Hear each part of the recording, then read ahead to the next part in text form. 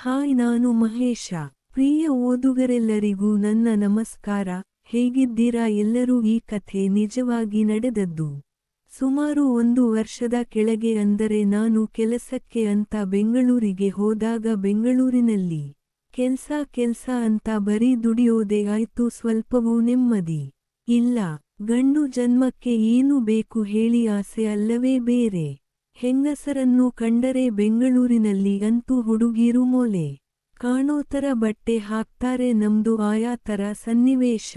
ನೋಡಿದ್ರೆ ಸಾಕು ತಟ್ಟನೆ ಎದ್ದೇಲೋದು. ಹಾಗೂ ಹೀಗೂ ಮಾಡು. ಸ್ವಲ್ಪ ಮನಸ್ಸಿಗೆ ನಾವ್ ಸಮಾಧಾನ ಹೇಳ್ಕೊಳ್ಳೋದು ಇದೇ ಆಯ್ತು.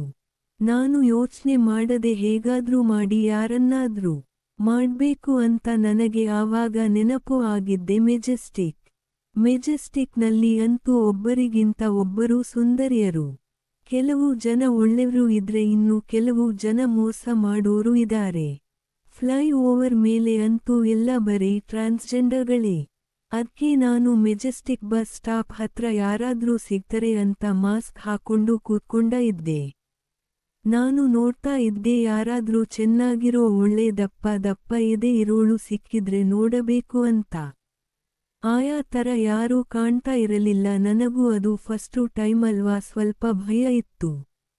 ಒಬ್ಬಳು ಆಂಟಿ ನನ್ನ ವಿರುದ್ಧವಾಗಿ ಕೂತ್ಕೊಂಡು ಇದ್ಲು. ಅವಳು ನನ್ನ ನೋಡಿ ಸನ್ನೆ ಮಾಡ್ತಾ ಇದ್ಲು. ಆದ್ರೆ ಅವಳ ಎದೆ ಯಾಕೋ ಚಿಕ್ಕ ಎದೆ ತರ ಕಾಣ್ತಾ ಇತ್ತು. ಅದ್ಕೆ ಸುಮ್ನೆ ಆದೆ. ಅದೇ ಸಮಯಕ್ಕೆ ಆ ಕಡೆಯಿಂದ ಒಬ್ಬಳು ಬರ್ತಾ ಇದ್ಲು. ನಾನು ಅವಳನ್ನ ನೋಡ್ತಾ ಇದ್ದೆ. ಅವಳು ನನ್ನ ನೋಡ್ತಾ ನನ್ನ ಹತ್ರ ಬಂದೆ ಬಿಟ್ಲು.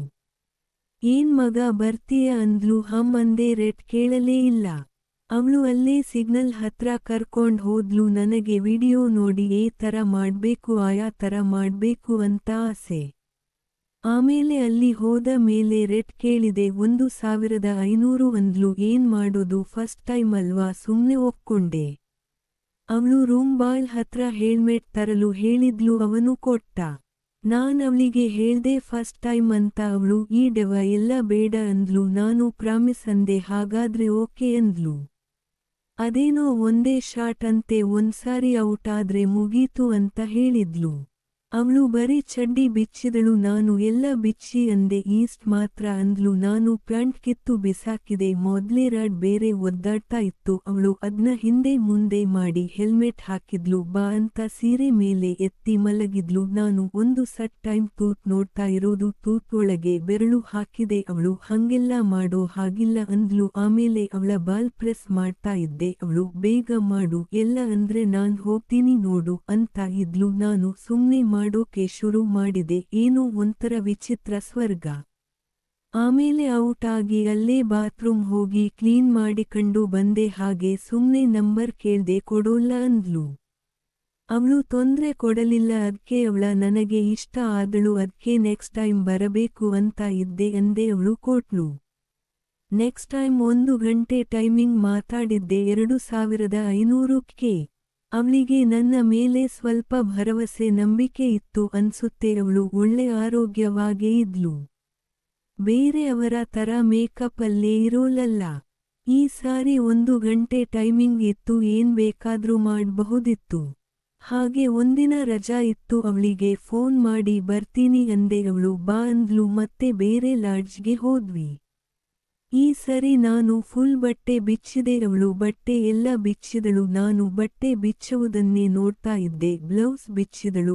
ಏನ್ ಮಸ್ತಿದೆ ಅವಳದು. ಕಿಲೋಗ್ರಾಮ್ ಕರಬೂಜ. ನಾನು ಅವಳನ್ನ ಹಗ್ ಮಾಡದೆ. ತುಟಿಗೆ ಒಂದು ಡೀಪ್ ಕಿಸ್ ಕೊಟ್ಲು. ಕೆಂಪು ರಾಡ್ ಹಿಂದೆ ಮುಂದೆ ಮಾಡ್ತಾ ಇದ್ಲು. ಹೆಲ್ಮೆಟ್ ಬೇಡ ಅಂದೆ. ಅವಳು ಪ್ಲೀಸ್ ಹಾಕೋ ಅಂದ್ಲು. ನಾನು ನಿನಗೆ ಏನೂ ಇಲ್ಲ ಅಂದೆ. ಅದ್ಕೆ ಅವಳ ಇಲ್ಲ ನಾನೀ ದಂಧೆ ಶುರು ಮಾಡಿ ಇವಾಗ್ 1 ವಾರ ಆಯ್ತು ಅಂದ್ಲು. ನಾನು ಫೋರ್ಸ್ ಮಾಡಿ ವಿಥೌಟ್ ಹೆಲ್ಮೆಟ್ಗೆ ರೆಡಿ ಆದೆ. ಆದ್ರೆ ನನ್ನ ಆಟ ಎಲ್ಲ ಬರೀ ಆಯಾ ರಸಗುಲ್ಲ ಮೇಲೇನೆ. 10 ನಿಮಿಷ ಮೊದ್ಲು ಅವಳ ಎದೆ ಚೀಪಿದೆ. ಅವಳು ಚೆನ್ನಾಗೇ ಸಾಥ್ ಕೊಡ್ತಾ ಇದ್ಲು. ನಿಧಾನಕ್ಕೆ ತೂತ್ ಒಳ್ಗೆ ಬೆರಳು ಹಾಕಿದೆ. ಒದ್ದೆ ಒದ್ದೆ ಆಗಿತ್ತು. ರಾಡ್ ಚೀಪು ಅಂದೆ. ಅವಳು ಬೇಡ ಅಂದ್ಲು. ಏನ್ ಮಾಡೋದು ಅಂತ ಸುಮ್ನೆ ತೂತ್ ಹತ್ರ ರಾಡ್ ತಂದೆ. ನಿಧಾನಕ್ಕೆ ತೂತ್ ಮೇಲೆ ಸವರಿದೆ. ಅವಳು ಫೀಲ್ ಮಾಡ್ತಾ ಇದ್ಲು. ನಾನು ತೂತ್ ಒಳಗೆ ರಾಡ್ ಹಾಕಿ 7 ನಿಮಿಷ ಹಾಗೆ ಮಾಡದೆ ಅವಳು ನನ್ನ ದೂರ ತಳ್ತಾ ಇದ್ಲು. ನಾನಾದ್ರೂ ಬಿಡ್ದೆ. ಅವಳ ತೂಲ್ನ ರಸ ಬರೋವರೆಗೂ ರಿಪೇರಿ ಮಾಡಿದೆ. ಅವಳದು ರಸ ಬಂತು, ನಂದು ಬಂತು. ನಾನ್ ಮೊದ್ಲು ಹೋಗಿ ಕ್ಲೀನ್ ಮಾಡಿಕೊಂಡು ಬಂದೆ. ಮೊಬೈಲ್ ಲಾಕ್ ಓಪನ್ ಮಾಡು ಅಂದ್ಲು. ನಾನು ಯಾಕಂದೆ. ನೀನ್ ವಿಡಿಯೋ ಮಾಡ್ತಾ ಇದೀಯಾ ಅಂದ್ಲು. ಇಲ್ಲ ಅಂತ ನಾನು ಸುಳ್ಳು ಹೇಳಿದೆ. ನಾವಿಬ್ಬರು ರೂಮ್ ಒಳಗೆ ಬಂದಾಗ ನಾನು ಬ್ಯಾಗ್ನ ವಾಟರ್ ಬಾಟಲ್ ಸ್ಪೇಸ್ ಅಲ್ಲಿ ಮೊಬೈಲ್ನ ಸೀಕ್ರೆಟ್ ವಿಡಿಯೋ ಮೋಡ್ ಆನ್ ಮಾಡಿ ಚಾರ್ಜ್ ಹಾಕಿದ್ದೆ. ಆಮೇಲೆ ಅವಳನ್ನ ಕೇಳಿದೆ, ನಾನ್ ಹೇಳೋ ತರ ಪೋಸ್ ಕೊಟ್ಟು ಫೋಟೋ ಕೊಡ್ತೀಯಾ ಎಕ್ಸಟ್ರಾ ಕಾಸು ಕೊಡ್ತೀನಿ ಅಂದೆ. ಅವಳು ಆಗೋಲ್ಲ ಅಂದ್ಲು. ಒಟ್ಟಿನಲ್ಲಿ ಹೇಳುವುದಾದರೆ ನಾವು ಯಾರನ್ನಾದ್ರೂ ರಿಪೇರಿ ಮಾಡಿದೆ ಅನ್ನೋಕೆ ಮಾತ್ರ ಅದು ನಿಜವಾಗಿ ಸುಖ ಸಿಗೋಲ್ಲ.